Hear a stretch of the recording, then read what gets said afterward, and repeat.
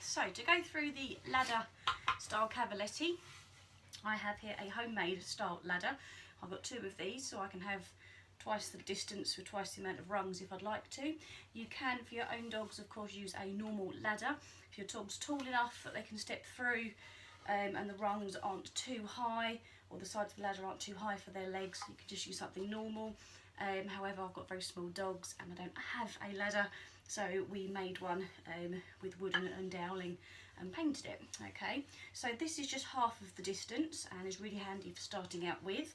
All you're using the ladder itself for is the same style as Cavalletti, but obviously everything's much narrower and the distance has already been predetermined.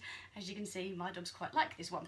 Off he comes, Sweetie Pops. So the way it works when you're first introducing your dog to this, so if I start with Taylor, very slowly, just helping them over, and you want each foot ideally to go over each rung. Good boy.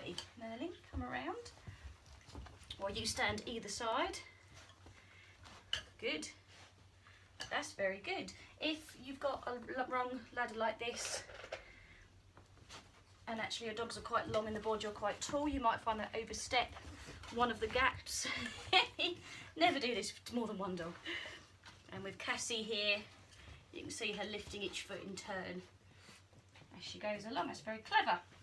The idea would be, in the long run, run down, Taylor, is they start from the front, ideally with nothing behind you, and trotting, good, while your legs are either side of the ladder, so you're getting a nice bit of a workout here. Hang on, trotting, good boy.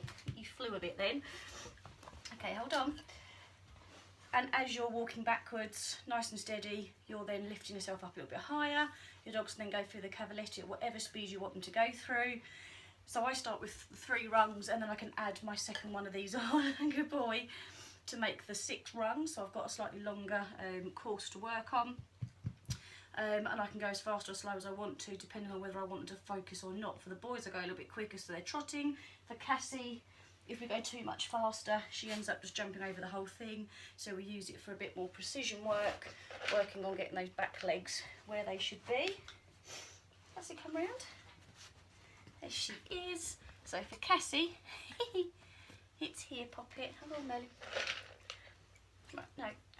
So if you again watch Cassie's legs, so she has to lift them. It's really good work for her awareness of these back legs, especially more than the front. So that's all it is. This is a homemade ladder here, and we have 2 of these we can put together, or if you have a ladder already at home, or something you can create to make a ladder frame, then something like that is equally as good. But this is as opposed to using Cavalletti, although you can use Cavalletti for those who have got proper Cavalletti poles and cones now. If you want to use them instead, you can, but you just want to put the rungs that bit closer together now, so they're only foot and a half distance apart, and you're actually going to then be either stepping over or stepping maybe 1 foot to one side and 1 foot to the other side and alternate. Okay, I don't expect you to be able to be at the width of a normal set of poles. Okay, so have a go with that and let's see how you're getting on.